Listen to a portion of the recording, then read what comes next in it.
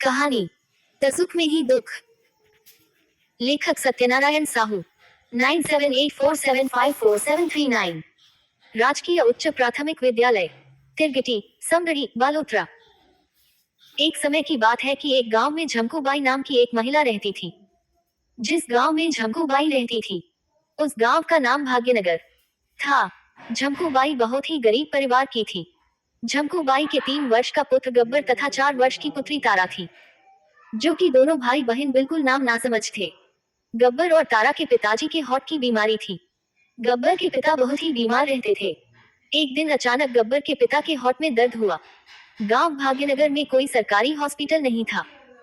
तब गब्बर की माँ उसको एक निजी डॉक्टर के पास ले गई थी, किंतु झमकूबाई बहुत ही गरीब होने के कारण डॉक्टर ने इलाज करने से मना कर दिया। डॉक्टर ने कहा कि ये गरीबों का ये हॉस्पिटल नहीं है, मुंह उठाकर यहाँ चले आ जाते हो, जाओ बाहर निकल जाओ। झमकूबाई ने अपने पति को लेकर हॉस्पिटल से बाहर आ गई थी। पैसे के अभाव में ही गब्बर के सामने ही उनके पिताजी की तड़प तड़प कर मृत्यु हो गई थी। तब गब्बर मात्र 3 वर्ष का था, तो वह समझ नहीं पाया कि पिताजी की मृत्यु हो गई थी। इसी तरह से छोटी सी उम्र में ही गब्बर का पिताजी से छाया उठ गया था। गब्बर की माँ को बहुत ही दुख हुआ था और खूब रोई। हाय हाय, पैसे के अभाव में मुझे आज कैसा दिन देखना पड़ा। लेकिन तारा और गब्बर कुछ समझ नहीं पा रहे थे। तब गब्बर की माँ ने अपने आप को संभालते हुए कहा, हे भगवान, आपका ये कैसा न्याय है। जो व्यक्ति मेहनत नहीं करता है तो वह अमीर होता जा रहा है, जो व्यक्ति मेहनत करता है तो वह गरीब होता जा रहा है। तब उस माँ का सहारा सिर्फ गब्बर ही था। गब्बर की तरफ देखते हुए माँ ने कहा कि मैं आज ये प्रण लेती हूँ कि मेरे बेटे को एक अच्छा इंसान बनाऊंगी। धीरे धीरे समय निकलता गया और गब्बर 5 वर्ष का हो गया था। गब्बर को अपने ही गांव भाग्यनगर की स्कूल में प्रवेश मिल गया था। गब्बर की पूरी मेहनत के साथ पढ़ाई शुरू कर दी गई थी, परंतु झमकूबाई गरीब होने के कारण पुत्री तारा का स्कूल में प्रवेश नहीं दिला पाई। जब गब्बर विद्यालय जाने लगा तब तारा की उम्र मात्र 6 वर्ष की थी। तारा ने पढ़ाई से समझौता करते हुए कहा कि मेरा भाई स्कूल जाएगा, माँ और मैं स्वयं मजदूरी करके गब्बर को पाएंगे। ये तारा के जीवन में भाई के प्रति सबसे सबसे बड़ा आत्मसमर्पण था। माँ और तारा सेठ हुकुमचंद के यहाँ मजदूरी करने लग गई थी। माँ को पूरे महीने का मात्र 200 रुपए और तारा को 90 रुपए मिलते थे। अतः 15 दिन बाद सेठ हुकुमचंद के पास जाकर माँ ने कहा कि कुछ पैसे उधार दे दो, मेरे बेटे गब्बर की स्कूल की ड्रेस लानी है। तब सेठ हुकुमचंद ने कहा कि मैं क्या करूँ, आपके बेटे की ड्रेस लानी है। यहाँ तो आपका महीना पूरा नहीं हुआ, आपका पूरा महीना होने के बाद ही आपको पैसा मिलेगा और आपको ज्यादा समस्या आती है तो अपने बेटा की पढ़ाई छुड़वा दो। तब झमकूबाई निराश होकर शाम को अपने घर वापस आ गई थी। उधर स्कूल से गब्बर को बार बार परेशान किया जा रहा था। अध्यापक ने कहा कि कल यदि आप ड्रेस में नहीं आओगे तो हमें मजबूरन आपको विद्यालय के अंदर नहीं आने देंगे। गब्बर विद्यालय से घर आता है तो और अपनी माँ को कहता है कि कल मेरे को स्कूल में नहीं बैठने देंगे क्योंकि मेरे स्कूल की ड्रेस नहीं है। गब्बर कहता है कि माँ मैं स्कूल नहीं जाऊंगा। तब माँ कहती है कि कल मैं आपके साथ विद्यालय चलूंगी और अध्यापक से बात करूंगी। माँ और गब्बर दोनों निर्धारित समय पर स्कूल पहुंच जाते हैं। तब अध्यापक ने कहा कि आपके गब्बर को यहाँ से ले जाओ। तब माँ ने अध्यापक से विनती करती है और कहती है कि मैं सेठ हुकुमचंद के यहाँ मजदूरी करती हूँ और सेठ हुकुमचंद पैसे देते ही इनकी ड्रेस ला दूंगी। अध्यापक ने झमकूबाई की कोई बात नहीं सुनी है और अध्यापक ने गब्बर को स्कूल से बाहर निकाल देता है। माँ और बेटे गब्बर निराश होकर अपने घर वापस आ जाते हैं। तब घर पर पहुँचते हैं तो खाना नहीं बना हुआ था, पर माँ गब्बर व तारा शाम को ही घर पर भूखे ही सो जाते हैं। भूख के कारण गब्बर को पूरी रात भर नींद नहीं आ रही थी। माँ गब्बर को भूखे सोते देखकर माँ के लिए ये रात बहुत ही दुखदायी होती है। जब सूर्य उदय हो जाता है तब इस बात का पता तारा को चला कि भाई गब्बर को ड्रेस नहीं होने के कारण स्कूल से बाहर निकाल दिया गया। तब तारा बहुत ही दुखी हुई और दुखी मन में विचार किया कि मेरे भाई को मैं अवश्य पढ़ाऊंगी, चाहे मुझे कुछ भी करना पड़े। माँ और बहन तारा सेठ हमीरचंद के पास गई और झमकूबाई ने सेठ को कहा कि मुझे मात्र 30 रुपए दे दीजिए, इसके बदले हमें अपनी झोपड़ी आपके गिरवी रख देते हैं। सेठ हमीरचंद ने 30 रुपए देते हुए कहा कि जब तक आप 30 रुपए वापस नहीं देते हो तब तक झोपड़ी पर मेरा पूरा अधिकार रहेगा। ये शर्त माँ और तारा ने स्वीकार कर ली। सेठ हमीरचंद ने कहा कि तुरंत झोपड़ी खाली कर दो। झमकूबाई ने कहा कि कल सुबह हम झोपड़ी खाली कर देंगे। माँ और बहन तारा सेठ हमीरचंद के यहाँ से 30 रुपए लेकर अपनी झोपड़ी में आ गई। झंकूबाई को बहुत खुशी हो रही थी, कल मैं और मेरे बेटे की स्कूल ड्रेस लाऊंगी और मेरा बेटा स्कूल जाएगा। किंतु माँ को एक बात का बहुत ही दुख सता था कि कल मुझे झोपड़ी खाली करनी पड़ेगी। ड्रेस के कारण झोपड़ी को गिरवी रख दी गई। इस बात का पता गब्बर को बिल्कुल नहीं था। इसी चिंता के साथ तीनों ही अपनी झोपड़ी में सो गए थे।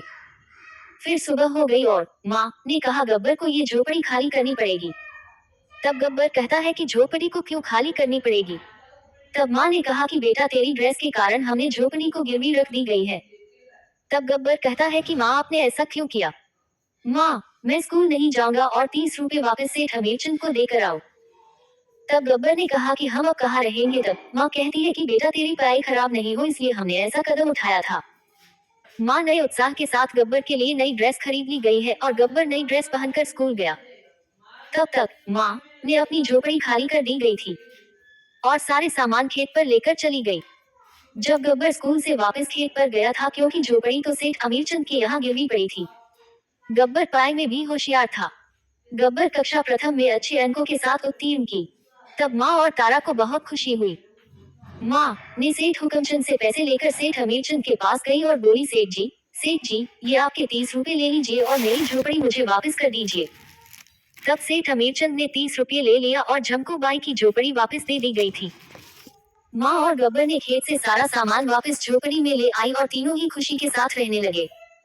धीरे धीरे समय निकलता गया और तीनों की उम्र बढ़ती गई है। झमकूबाई बहुत ही बुरी हो चुकी थी। बहन तारा की भी शादी हो गई थी और वह अपने ससुराल चली गई है।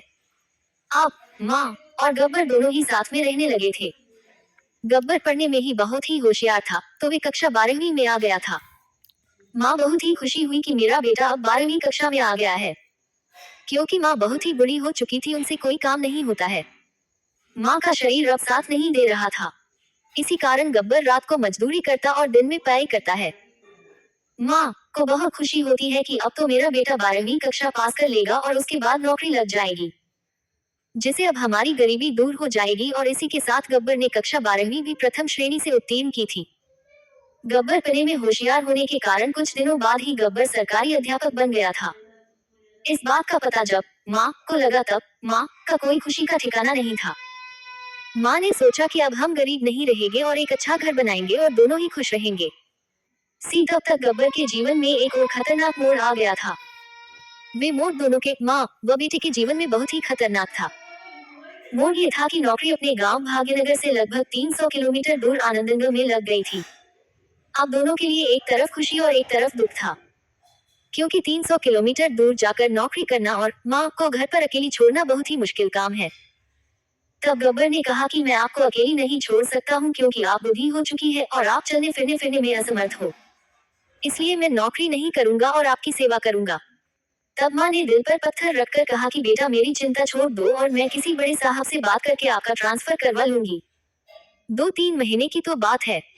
तब गब्बर कहता है कि नहीं माँ, मैं आपको अकेला नहीं छोड़ सकता हूँ।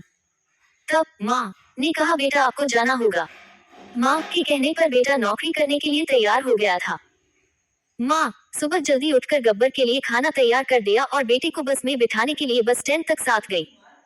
बस स्टैंड पर पहुंचते ही बस भी आ गई थी और गब्बर बस में बैठकर आनंदनगर के लिए रवाना हो गया था। माँ खुशी से अपने घर पर आ गई थी। जब गब्बर आनंदनगर पहुंच गया और राजकीय उच्च प्राथमिक विद्यालय आनंदनगर में नौकरी करने लगा।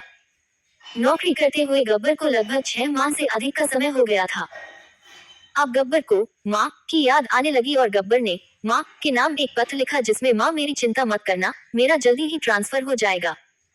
तब पत्र डाक के माध्यम से माँ के पास पहुंच गया था। माँ तो बिल्कुल अनपढ़ थी। पत्र किसी और ने पत्र पढ़ा था। माँ की हालत बिल्कुल खराब हो गई थी। वह बीमार रहने लगी, लेकिन माँ की सेवा करने वाला कोई नहीं था, क्योंकि गब्बर भी माँ से काफी दूर चला जा चुका था। तारा भी ससुराल रहने लगी थी। बड़े अफसर भी गब्बर का ट्रांसफर भी नहीं कर रहे थे। गब्बर को आनंदनगर में नौकरी करते हुए लगभग 7-8 साल हो गए थे। गब्बर भी बड़े अफसर को प्रार्थना पत्र लिख कर थक गया, किंतु बड़े अफसर उनकी एक भी बात नहीं सुनी और उनका ट्रांसफर नहीं हुआ और गब्बर के जीवन के में एक तरफ से खाई और एक तरफ कुआं जैसी स्थिति हो रही थी। गब्बर सरकारी नौकरी लगने के बाद भी दुखी जीवन व्यतीत कर रहा था।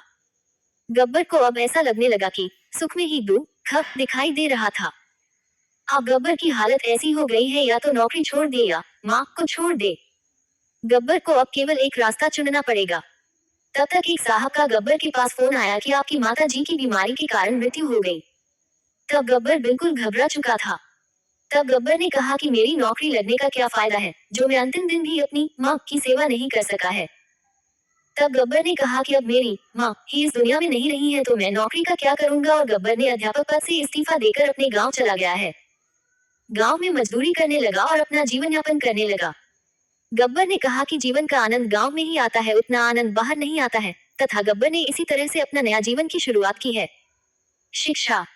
माता पिता से कोई चीज बड़ी नहीं होती है। इस संसार में माता पिता ही सबसे बड़ी सेवा होती है। माता पिता परमात्मा मिलते नहीं दूजी बार। जिसने उनकी सेवा की, उनका हुआ बेड़ा पारा। यह कहानी आपको कैसी लगी? लाइक और शेयर अवश्य कीजिए। और कहानी अगर आपको अच्छी लगी हो तो वीडियो को ज़्यादा से ज़्यादा शेयर करें। धन्यवाद।